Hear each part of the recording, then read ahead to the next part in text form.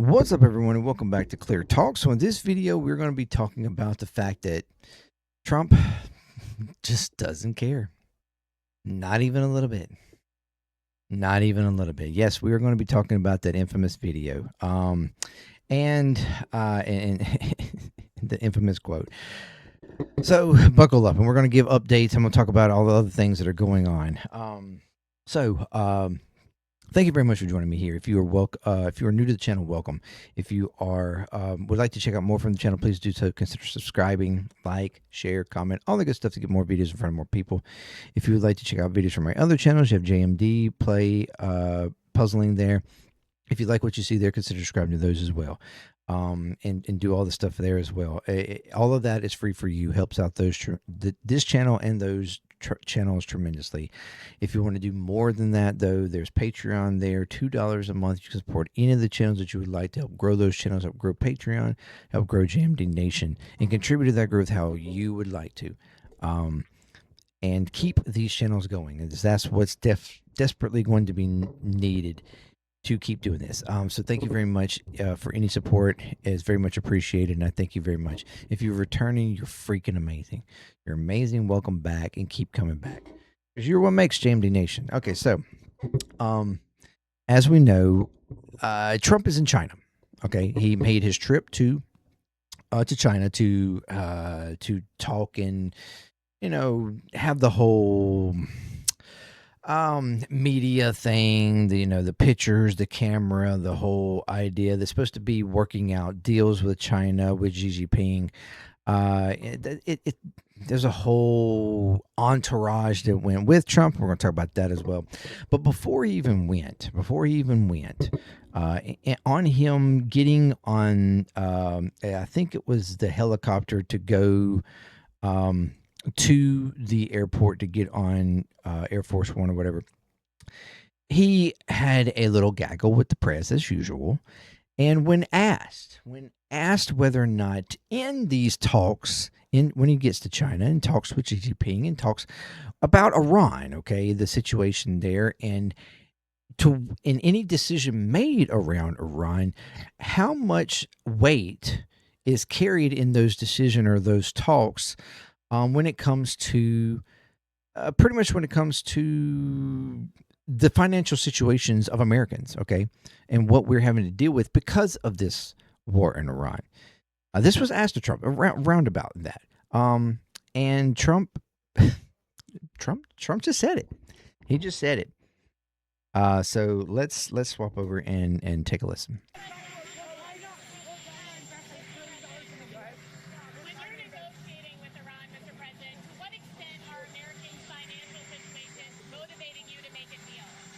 Not even a little bit. The only thing that matters when I'm talking about Iran, they can't have a nuclear weapon. I don't think about Americans' financial situation. I don't think about anybody. I think about one thing. We cannot let Iran have a nuclear weapon. That's all. That's the only. That's it. Not even a little bit. Not even a little. Listen again.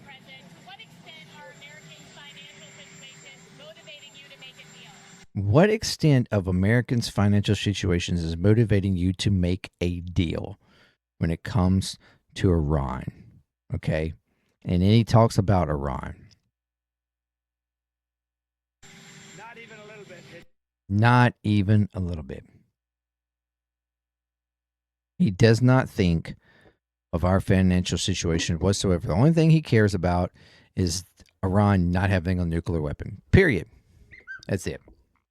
Doesn't care whatsoever about the situation, about American situation, about the gas prices, about the food prices, about the inflation now being accelerating at a higher rate than even wages for the first time in 3 years. He does not care. He does not care. If you didn't realize it when Elon was in there with Doge trying to completely take down, whoops, wrong camera, wrong page, try to take down all the programs and stuff around anything of assistance for American people. If you didn't think that was enough, that he didn't care then, or you didn't think about when he was sending his Gestapo ICE agents all across America, which they're still doing, by the way, ripping people from off the streets, kidnapping them, sending them to concentration camps and all kinds of stuff, death camps, putting them in horrible situations, even to the point of killing American people. If you didn't think that, if you didn't think he cared then, or if you didn't think he cared when he did the tariff situation, causing mayhem in the economy and high prices on everything and causing and reversing the deflation that was happening from inflation that was from the Biden administration. If you didn't think that reversal and he didn't care then, all right, or he didn't care when people were protesting the genocide in Gaza and they were trying to call everybody anti-Semitic and trying to threaten to deport people for that, just for having an opinion.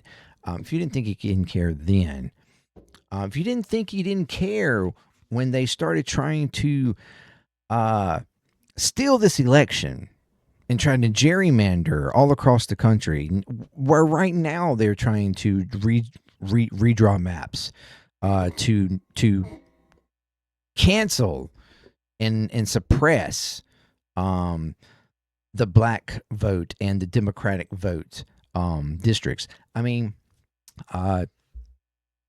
if you didn't think, now you can see he does not care when it comes to this Iran war and what actions is being taken, any kind of deals being made, and the situation that we got ourselves in, this choice of war that they started with the persuasion of Israel and on behalf of Israel, that has completely caused economical woes and mayhem globally for everybody,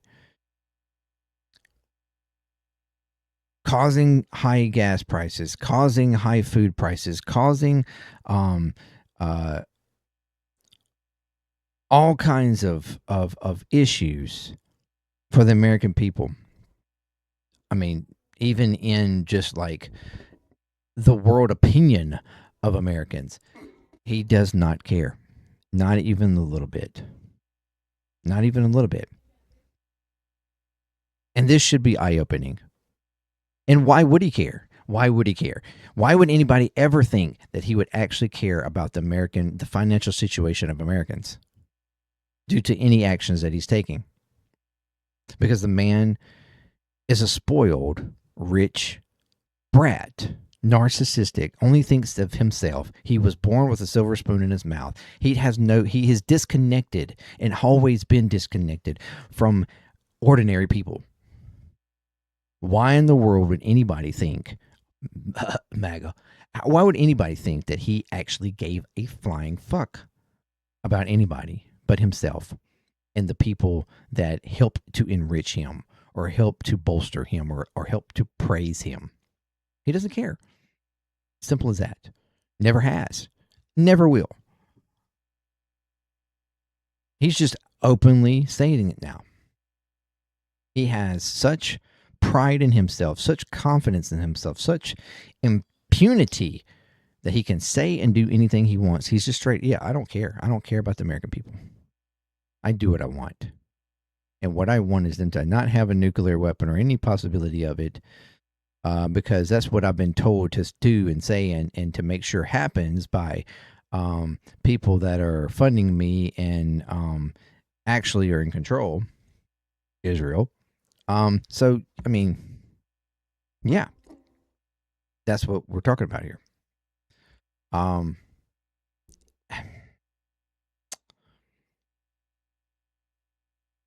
even if you didn't think that was enough, now, I mean, we get here that a whole entourage of people went to China with him including his own son, Eric Trump, and daughter-in-law, Laura Trump. Not really sure why they would need to be there. Secretary Rubio, defense. Pete Hegseth. Why does Pete Hegseth need to be there? And the fact that they all went on the same plane, that's another thing. That's not usually something that happens. Again, it's kind of the same thing with the quote-unquote assassination attempt a week or so ago with having everybody in the room. Like SpaceX and Tesla CEO Elon Musk, Apple CEO Tim Cook, BlackRock CEO Larry Fink, Blackstone CEO Steven Schwartzman, Goldman Sachs CEO David Solomon, Meta, Facebook's parent company, president and vice chairman Dina Powell McCormick,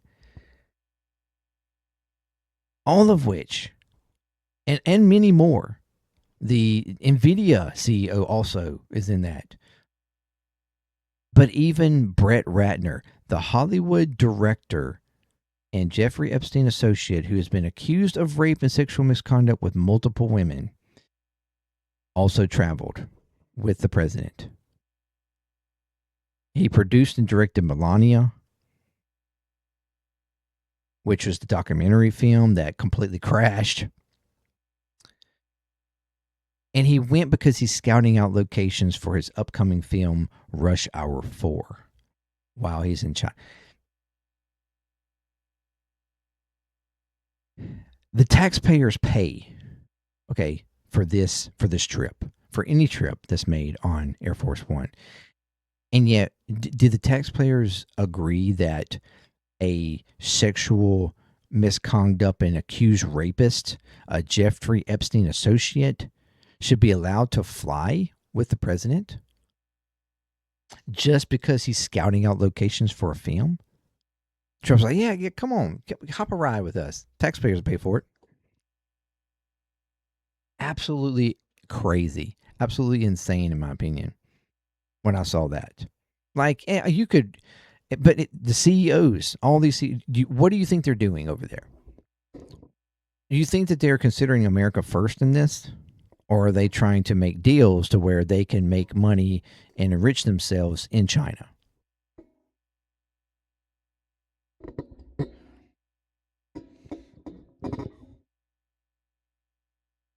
I'm just saying.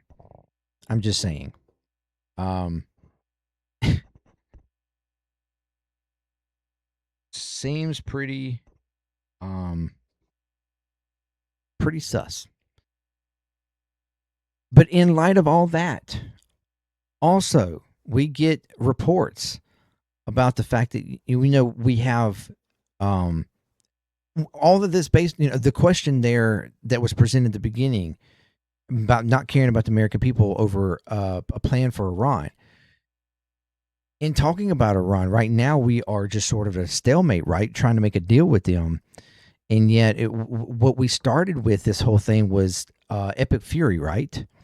And you've had different people saying different things. Oh, it's over or it's not over. We're still doing it or whatever. And then the argument around the 60-day mark and having to, go to Congress and Congress getting approval. But Trump says we don't need Congress. And because of when you have a ceasefire, that clock stops. So we have extra time now. We stopped the clock, and so we still have time in that 60 days. The 60 days isn't really over because we stopped. Now there is talk of a new operation called Operation Sledgehammer, potentially renewing war. And this is potentially going to be the workaround for the administration in arguing that, oh, no, we don't need your approval because Epic Fury is over. We're doing a whole different operation now. That's nothing to do with that. So now we have a new 60 days.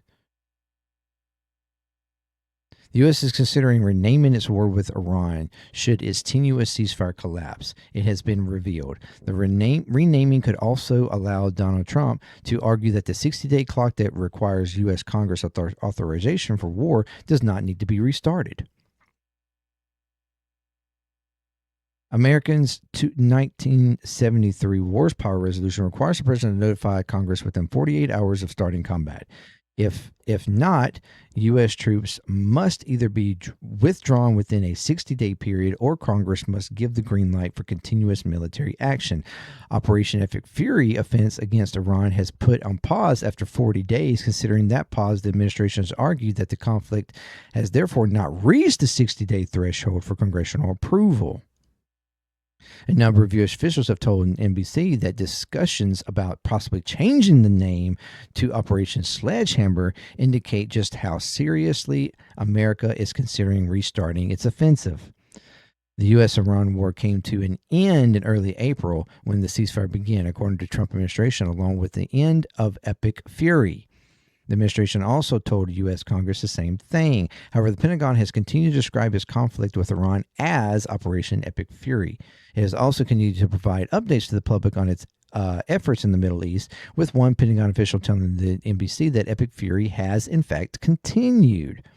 The ceasefire merely just paused the major combat operations.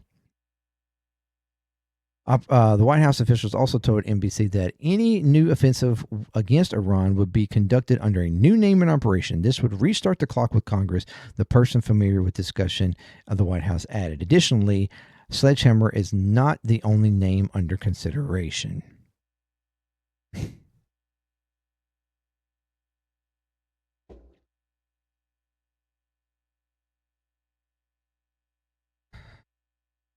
They said that they didn't need congressional approval, and this is how they're going to do it.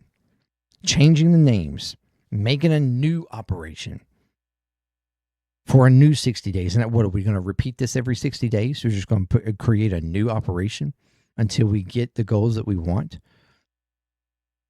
It's absolutely, this is what they do. This is how they manipulate. This is how they maintain control and find ways to be impunitive and unilaterally make decisions without any congressional approval or without representation from the United States in any form or fashion.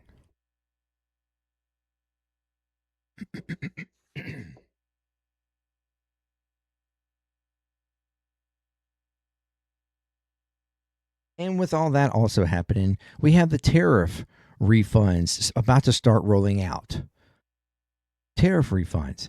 Because if you remember, you had a federal judge decide that the tariffs were not legal to some degree. So the Trump administration now has to refund $166 million plus interest to importers who had to pay the illegal tariffs collected by the government.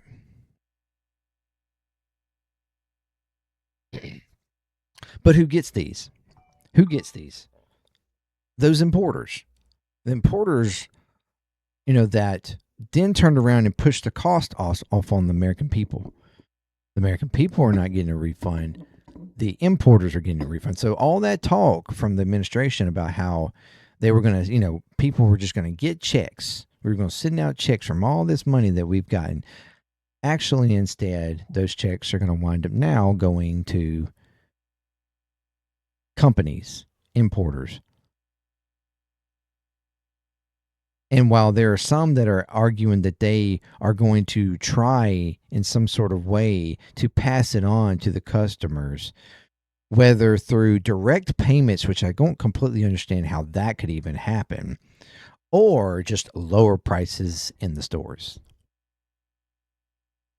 The saga of President Trump now defunct tariffs continues as tariff refunds are set to begin rolling out to companies as soon as Tuesday.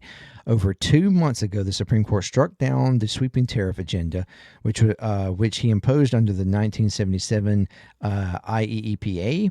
This landmark ruling resulted in the administration needing to refund over 166 million plus interest to importers who paid the illegal tariff. The U.S. Customs Border Protection officially debuted its tariff refund claims portal known as the CAPE, or Consolidated Administration and Processing of Entries, on Monday, April 20th, allowing importers to apply for refunds. The CBP told shippers last week that it would begin issuing tariff refunds to the companies that have applied as early as Tuesday, May 12th. As of 7 a.m. Eastern, May 11th, CBP was received 126,237 applicants for tariff refunds, according to Reuters, citing a court filing. The filing didn't disclose the number of shipments or entries on the applications. The agencies detailed that it had approved 86,874 refund applications covering 15.1 million eligible entries for money back. Of those, 8.3 million shipments have been finalized, and the expected refund, including interest, had been calculated at $35.46 billion. Who is eligible? Roughly 300,000 different importers, including Walmart, Target, Nike, Gap, and Home Depot, are expected to receive reimbursements from the Trump administration. CAPE is designed to consolidate refunds of IEEPA duties, including interest, rather than processing refunds on the entry-by-entry basis. The interest thing is interesting to me because I don't see why in the world there should be interest on this.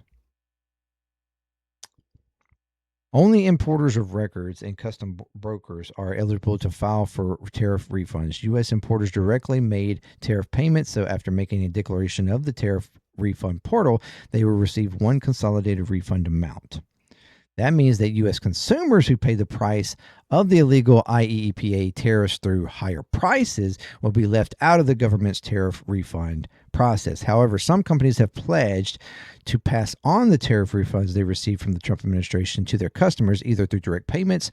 Again, I don't understand how that could possibly happen, or lower in-store prices, including card game company Cards Against Humanity, Costco, and FedEx. Some consumers are seeking to recover tariff-related experiences through class action lawsuits.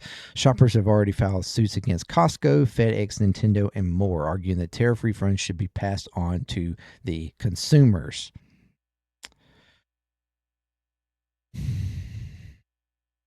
So, yeah.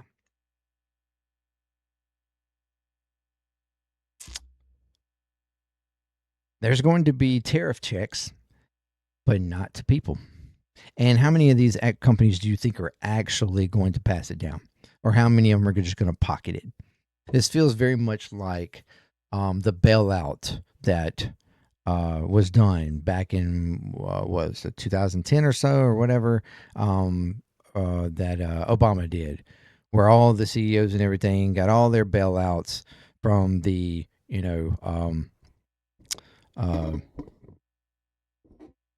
from 2008, and they all pocketed it and all bought back shares and made themselves millions instead of passing it on to their workers and stuff.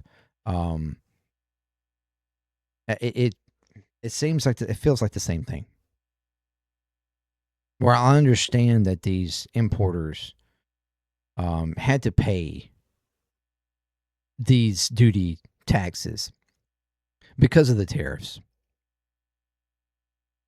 It is well, and to some degree, some of them did absolve some of that. But I mean, we also know that consumers paid the price at the registers.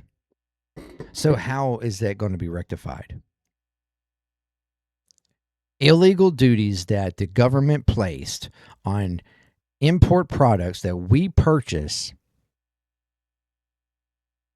we are not going to get any refund from that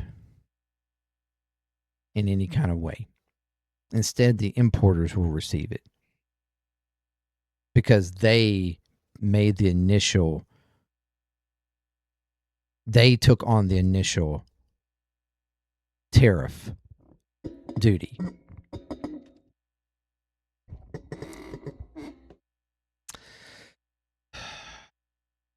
It's incredible.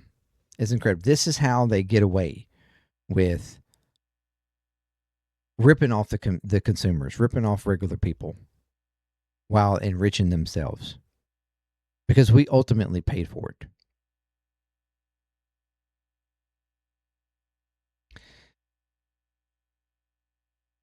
And if that wasn't enough, now Trump says that the ballroom project has doubled. What?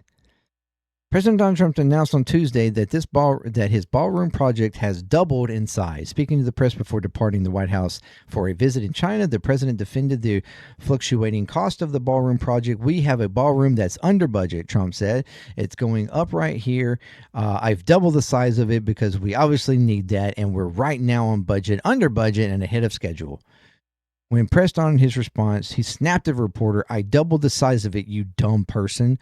You are not a smart person.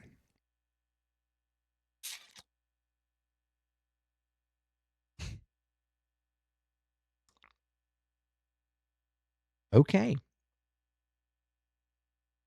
Trump's announcements coincides with Senate Republicans coming under pressure for the conference's proposal to appropriate $1 billion in taxpayer dollars for security components of the ballroom project after the assassination. When you saw, this so-called assassination attempt, and you had all these bots and everything throwing up, oh, now this is the reason why we need a ballroom, and then you had Senate and Republicans coming out, oh, we need the taxpayers to pay for this. We need to hurry up and get this ballroom built, and the taxpayers need to bill for it. Wait a minute. You've been arguing this whole time that taxpayers weren't going to have to pay anything. And Trump was saying that he had the ballroom paid for. But yet now you're turning around and asking for appropriations for the taxpayers to pay for the ballroom.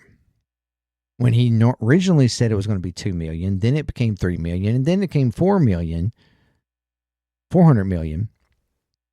But you're asking for $1 billion in security components for it. And then Trump argues that he's doubled it in size. What are we talking about here? Are we talking about, because it was already massive as hell, doubled the size of the main White House building, the residential building. It was already double that size. What are we talking about? Are we talking about doubling it down because of the security bunker that you were going to put in under it? But that was already supposed to be in the plans. So what are we talking about? We've doubled the size of it. And then when asked to clarify what he means, he just snaps and said, I doubled it in size, you dumbass. What part of that do you not understand? But that's not what you've said before. What do we? Is this doubling going to? You're saying you doubled it in size, but it's not going to cost us anymore? Then none of that makes sense. The math's not mathing. It doesn't. Again, just Trump just spewing stuff and saying stuff, and when questioned on it, he just berates, acts like you're a dumbass for even asking him for clarification. Just accept what I say and don't ask questions.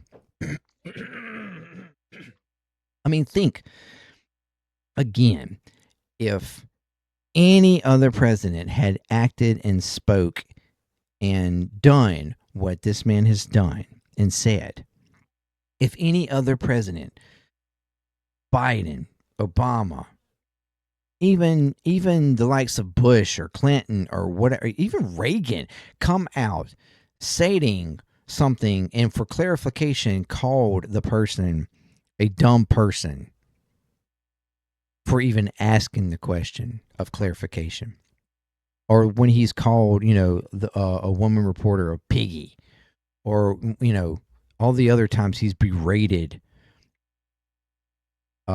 media, press, and journalists, or made the claims or said the things that he's said about, obliterating a whole nation, all these kinds of things. Like, I don't care about the. Think about if any other president came out and said, I don't care. I don't think one little bit. I don't care what the financial situation of Americans are when it comes to Iran and to making a deal with Iran. I don't care. I don't care.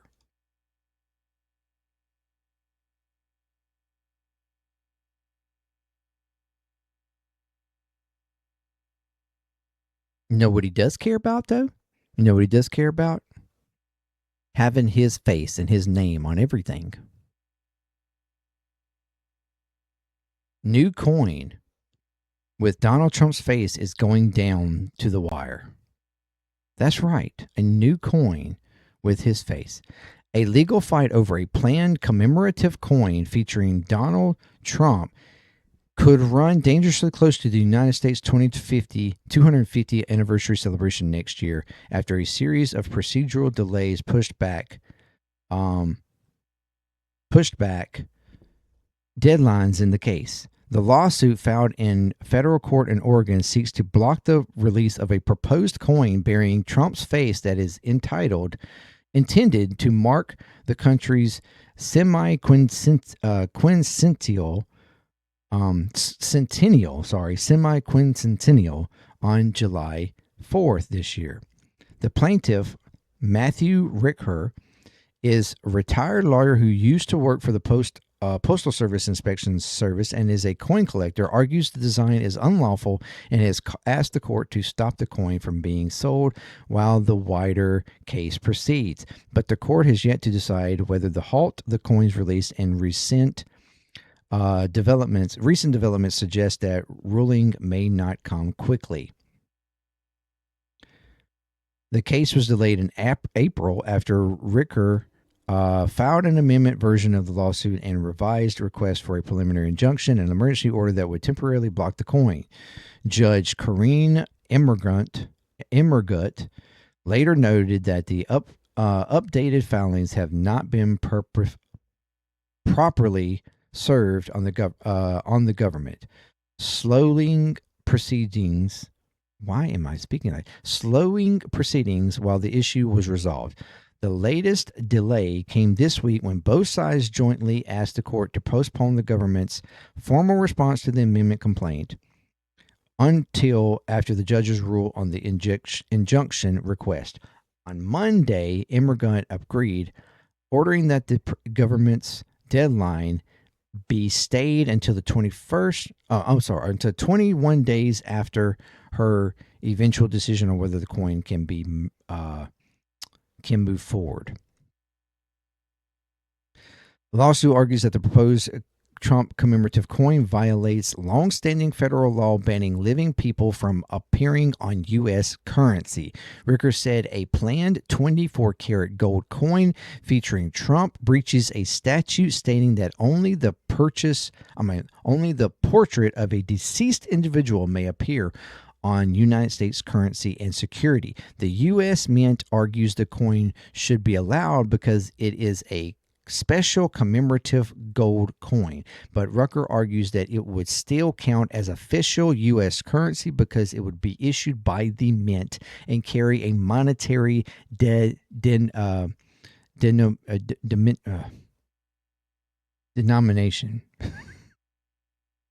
Sheesh, that word tripped me up, and I don't know why. Meaning laws banning living people from appearing on U.S. money should still apply. And this is what Trump's been trying to do. The administration and Republicans, MAGA, have been trying to do with everything. Get his name on all kinds of stuff. His liking, his face on whatever they can. Whether it's from Mount Rushmore, whether it's a coin, whether it's the $100 bill, whether it's his name on the John F. Kennedy Center, or you name it, he wants to do it. While being president, something that president previously was not done until a president had passed away, had died. and argument of looking back on their presidency and the effects that they've made on the country and whatever was to the positive or was uh, honorable enough to be placed on currency or on a building or whatever the case. And we've argued this over and over and over and over again, but Trump is bound and determined to get his liking on anything he can.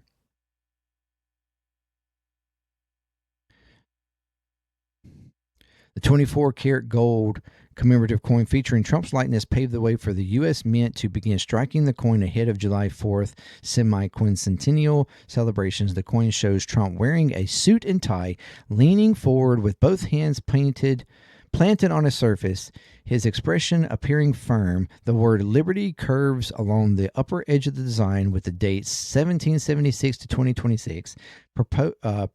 Positioned beneath it, the phrase "In God We Trust" runs along the lower rim, flanked by 13 stars symbolizing the original colonies.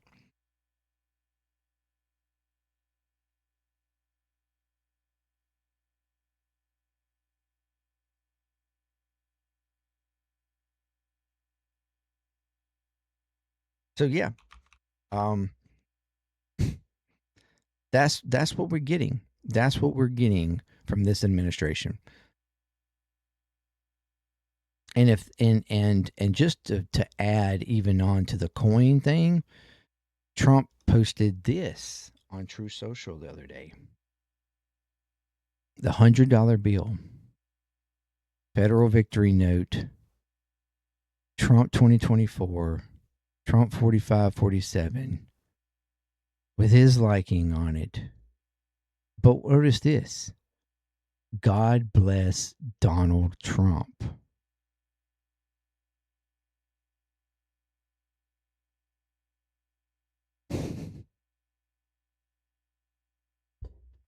Not "In God We Trust." God bless Donald Trump.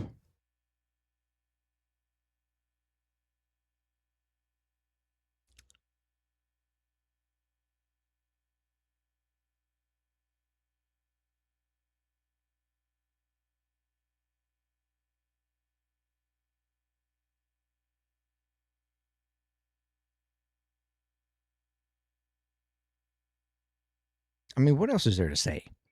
What else there is to say?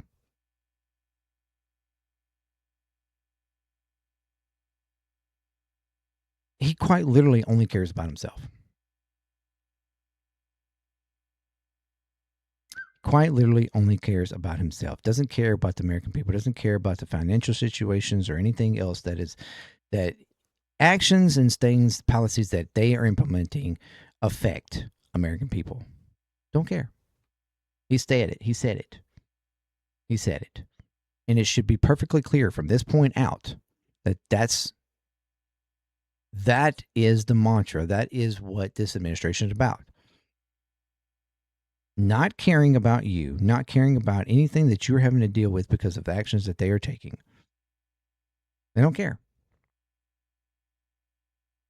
They do what they want to for themselves, to enrich themselves, to enrich their buddies and their friends, to make deals, go to China, enrich themselves there.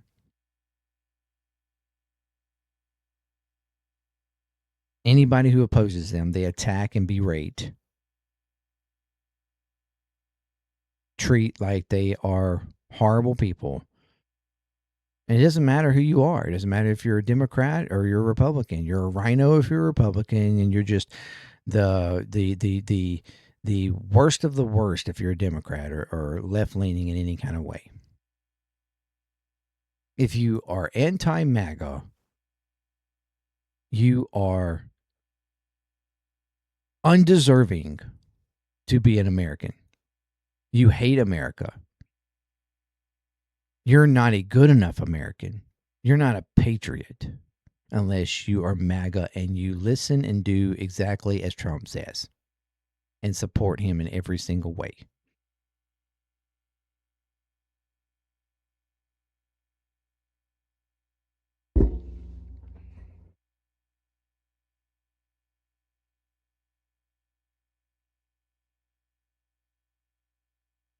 He doesn't care. And he made it perfectly clear. Thank you very much for joining me. Not my words, his. Thank you very much for joining me. And until next time, peace. ClearTalk. I'm out.